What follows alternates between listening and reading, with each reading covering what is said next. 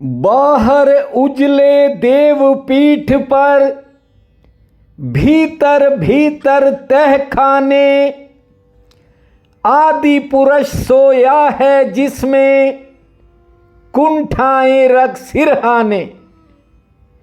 मन की गुह गुहाओं में तू कोई नन्ना दीपक धर, और फिर खराद पर मुझे चढ़ा ओ कुशल समय के कारीगर।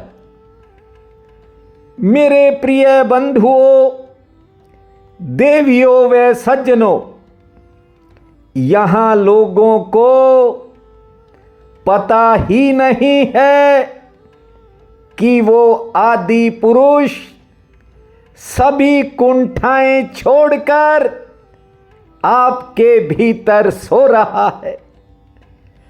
तुम थोड़े ही परमात्मा को खोजते हो, परमात्मा ही आपको खोजता है। परमात्मा अलग अलग विधियों से इंसान को निमंत्रण भेजता है। ये जो मुश्किलें, कठिनाइयां, ये बेचैनियां जो दिखाई पड़ती हैं, ये परमात्मा की प्रेम पत्तियां हैं। ये उसके लव लेटर हैं आपके लिए। इनको थोड़ा ध्यान से समझने का प्रयास किया करो। एक नन्हा सा दीपक आपके भीतर जल जाए तो वो तो आने को तैयार बैठा है, सदियों से खोज रहा है आपको। लेकिन दुर्भाग्य हमारा क्या है, हमने उसे अनसुना कर दिया है। भीतर अंधेरा रहने के कारण वो तो द्वार पर खड़ा है, पर हमने द्वार खोले ही नहीं, और ठीक से कहूं तो हमने उसको बुलाया ही नहीं। कई बार मेरा बड़ा बच्चा कहता है कि आप जैसी हिम्मत होनी चाहिए। मैं उससे कहता हूं, ऐसी हिम्मत तब पैदा होती है जब कोई सब आकांक्षाएं छोड़ देता है, सब वासनाओं से निकल जाता है, भीतर की राख को भी झाड़ कर चलता है।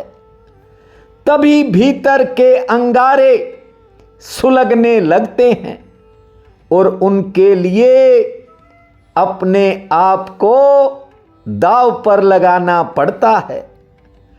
प्रतिदिन जब सोचता हूं कि रात आ गई, और जब दूसरा दिन निकलता है, रात के बाद परमात्मा का आठों प्रहर धन्यवाद करता हूं। अब समय बदल गया। मैंने ऐसा समय भी देखा है जब लोग अच्छे कर्म को छिपा लेते थे। पुरातन काल में इंसान धर्म को छिपाता था और पाप को जग जाहिर कर देता था। लेकिन अब समय बदल गया। लोग पाप को छिपाते हैं और धर्म को दिखाते हैं।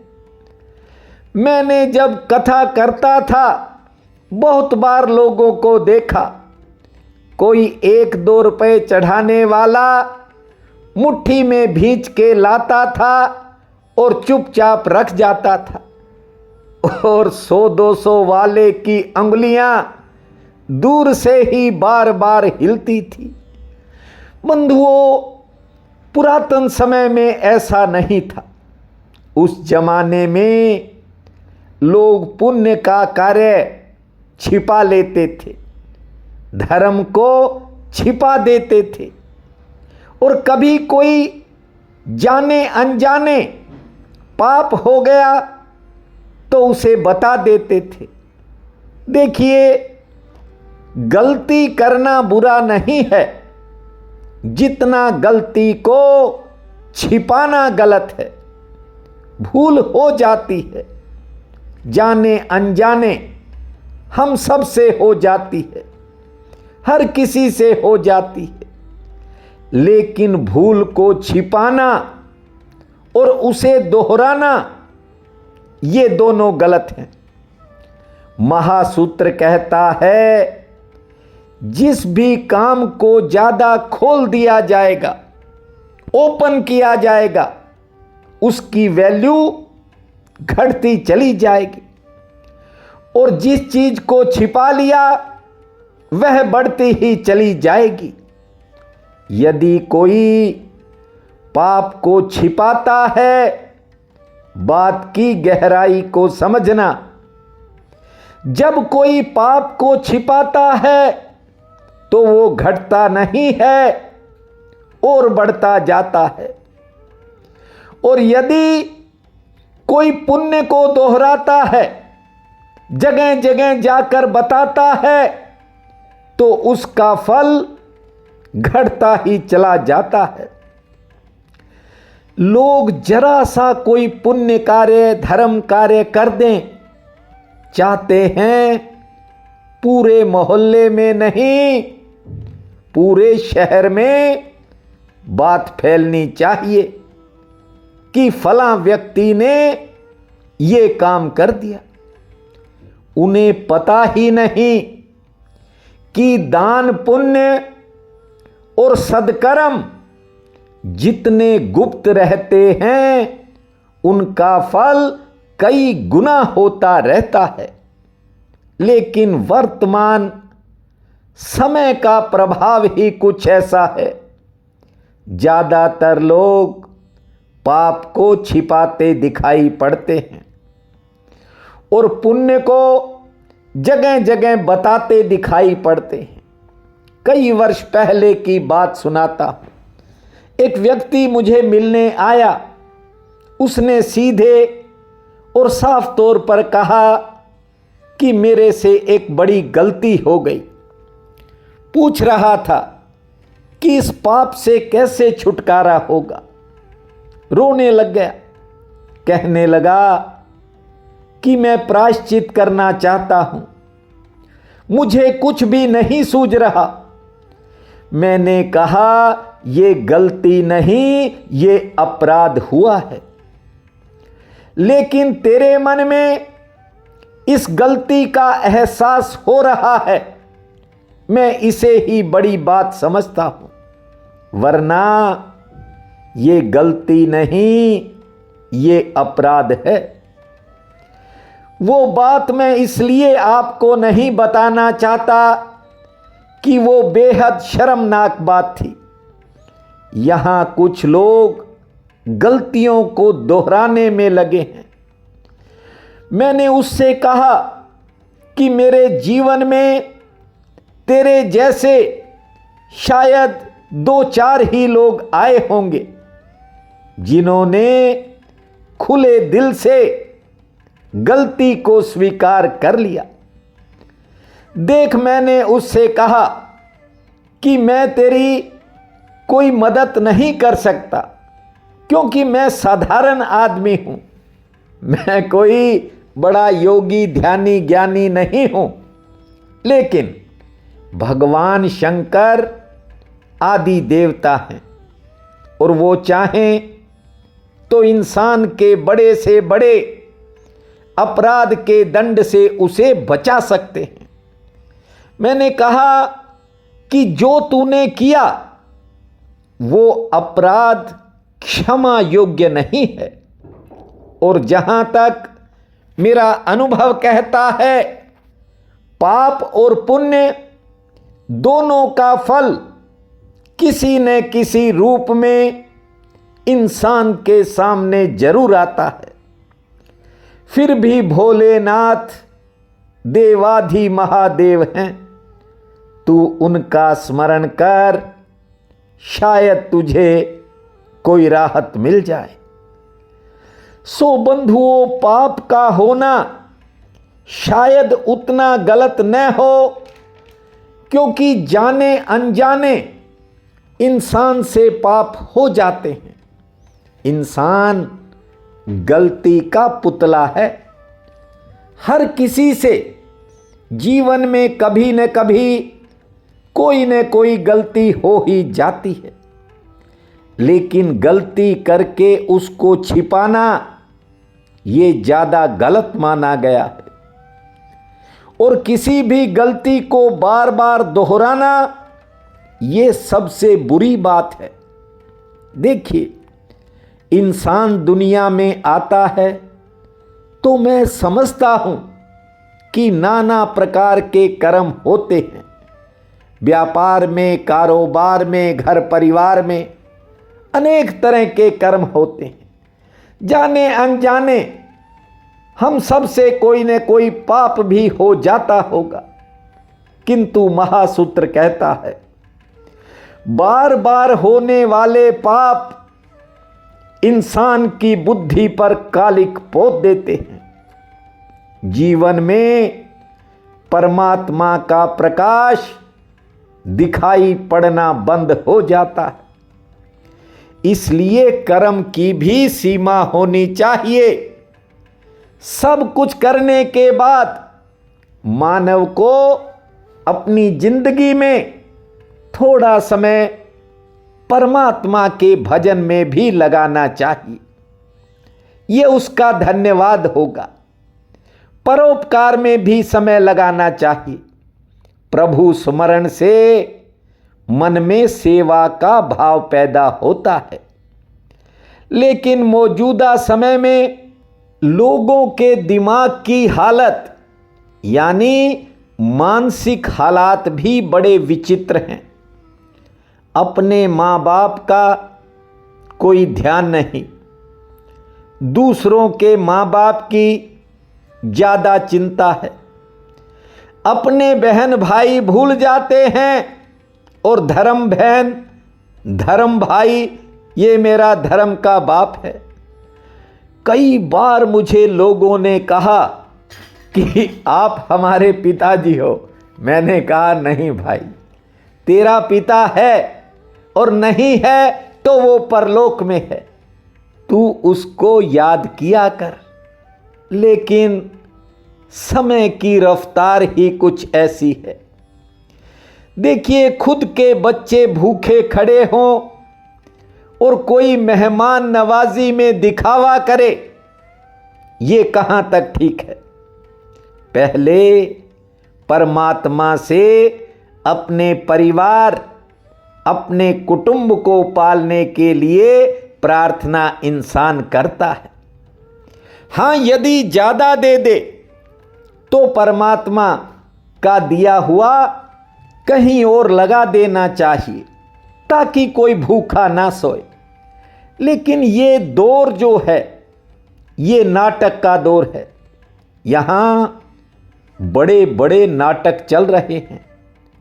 समाज सेवी संस्थाओं, आश्रमों व अन्य बहुत से सेवा कार्यों की आड़ में न जाने क्या क्या हो रहा है। छोड़ो, आप जो भी किया करो पूरे विचार से करो, और दूसरी बात अपने हाथ से करो। ये हाथ भूमा ने आपको इसलिए दिए हैं कि कुछ करके जाना। 84 लाख शरीरों में किसी भी जीव के पास हाथ नहीं है। हाथ तो केवल मनुष्य को ही दिए। लेकिन यहां कुछ और ही चलता है। मैंने एक कहानी बहुत समय पहले सुनी थी और कई साल पहले आपको भी सुनाई थी। भूल गए तो आज फिर से सुना रहा हूं। कहानी के अनुसार एक साधु आश्रम में छोटे छोटे बच्चों का स्कूल चलाता था। एक दिन साधु बाबा ने अपने विद्यार्थियों से कहा कि प्रतिदिन एक सेवा का काम जरूर किया करो, क्योंकि सेवा से बड़ा कोई धर्म नहीं है। सभी बच्चों ने बात को सुना और क्लास खत्म हुई, बच्चे अपने घर चले गए। दूसरे दिन जब फिर स्कूल लगा, जानते हो, बच्चों के आते ही साधु बाबा ने पूछा, बच्चों बताओ, कल मैंने तुम्हें सेवा का कोई एक काम करने के लिए कहा था, बताओ किस किस ने क्या क्या किया। तभी एक बच्चा खड़ा हुआ, उसने कहा कि मैंने एक बूढ़ी महिला को सड़क पार करवाया। साधु बाबा ने कहा, वाह, तूने तो बड़ा नेक काम कर दिया, इससे बड़ी सेवा का काम हो ही नहीं सकता। फिर दूसरे बच्चे से पूछा तो दूसरे ने भी यही उत्तर दिया कि मैंने बूढ़ी औरत को सड़क पार करवाया। साधु बाबा ने कहा, बहुत अच्छा। फिर तीसरे से पूछा, उसका उत्तर भी पहले जैसा ही था। उसने भी वही बात कही कि मैंने एक बूढ़ी औरत को सड़क पार करवा दिया। अब साधु बाबा के मन में थोड़ा संदेह पैदा हुआ। साधु बाबा ने चौथे बच्चे से पूछा नहीं, बस खुद ही कह दिया कि क्या तूने भी किसी बूढ़ी औरत को सड़क पार करवाया? उसने भी हां में ही इशारा किया। साधु बाबा ने पूछा कि क्या तुम सभी को बूढ़ी औरतें मिल गई इतनी? तभी एक बच्चे ने खड़े होकर कहा, नहीं बाबा, बुढ़िया तो एक ही थी, हम सब ने उठाकर उसे सड़क पार करवा दिया। और मजे की बात सुनोगे, आप हैरान रह जाओगे। एक बच्चे ने कहा, साधु बाबा, वो बुढ़िया सड़क पार करना नहीं चाहती थी, लेकिन हमने तो कोई काम करना ही था सेवा का, इसलिए उसको जबरदस्ती उठाकर सड़क पार करवा दिया।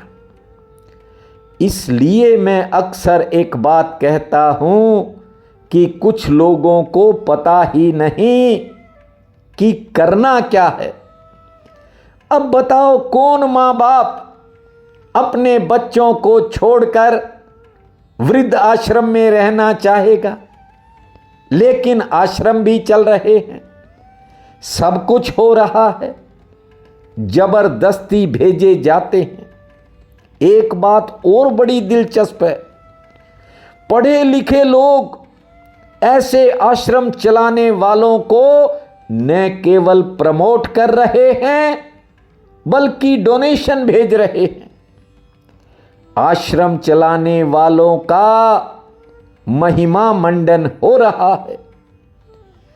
मैं जानता हूं कि पश्चिमी देशों में ऐसा सैकड़ों सालों से हो रहा है, लेकिन ये भारत की संस्कृति में शामिल नहीं किया जा सकता।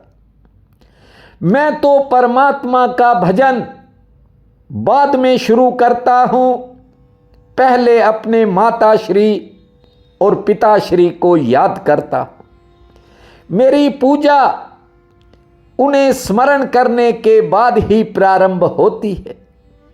लेकिन ये वर्तमान दौर है, लोगों की भावनाओं का स्तर नीचे की तरफ बढ़ता ही जा रहा है और ज्यादातर लोग संवेदन शून्यता की तरफ बढ़ रहे हैं। मुझे आज तक ये बात समझ में नहीं आई कि लोग ये कैसी तरक्की कर रहे हैं, ये कैसी शिक्षा है, ये कैसी सेवा हो रही है। इसलिए कई बार वीडियो में बोलता हूं कि दुनिया उल्टे रास्ते पर चलने लगी है। इस दौर में यदि आपने खुद को बचा लिया तो समझ लेना सब कुछ बचा लिया। महासूत्र कहता है, ध्यान देना, जीवन के मूल तत्व को समझ लो। वेदांती जिसे ब्रह्म कहते हैं, योगी उसे परमात्मा कहते हैं और भक्त उसे भगवान कहते हैं। ये मानव जीवन का मूल तत्व है। उसे पाए बिना शक्ति नहीं मिलेगी। गौर से देखो, मां गंगा गंगोत्री से निकलती है, लगातार बहती है, लगातार पूरी गति से दौड़ती है, किंतु जब तक वह गंगा सागर में नहीं मिल जाती तब तक वह तृप्त नहीं होती। ठीक उसी तरह से ये जीव इस संसार में आया है, उससे बिछड़कर परमात्मा से बिछड़कर आया है, और जब से वह उस परमात्मा से छूटा है तब से दौड़ ही रहा है। यहां लोग माध्यम को भूल गए जिनके द्वारा दुनिया में लाए गए, जिन्होंने अपनी जी जान से सींचा। आज उन्हें यदि कोई वृद्धाश्रम का रास्ता दिखाता है तो उससे नालायक कोई हो नहीं सकता। ये जीवन है।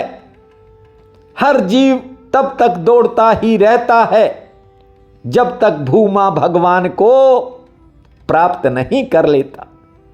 महासूत्र कहता है, दूसरे से शरीर, ये जो दूसरे शरीर हैं, उनसे करुणा निधान की प्राप्ति नहीं होगी। केवल मानव शरीर से ही उसे पाया जा सकता है। बात की गहराई को समझना। केवट बीते जन्म में कछुआ था, उसके बाद भी उसे बहुत से शरीर मिले, और प्रभु तो करुणा निधान है। क्षीर सागर में भी चरण धोने दे सकते थे, छूने दे सकते थे, लेकिन मानव शरीर मिलने के बाद ही केवट ने रघुनाथ जी के चरण धोए। मनुष्य का ये दुर्भाग्य है कि वह जीते जी इस मानव देह के महत्व को नहीं समझ पाता। इसलिए मैंने कहा कि इस सृष्टि ने 84 लाख शरीरों की संरचना की, हाथ तो केवल इंसान को मिले। भगवान चाहते तो केवट को उस क्षीर सागर में ही चरण छू लेने देते, क्या बड़ी बात थी। लेकिन उस समय उसके पास हाथ नहीं थे।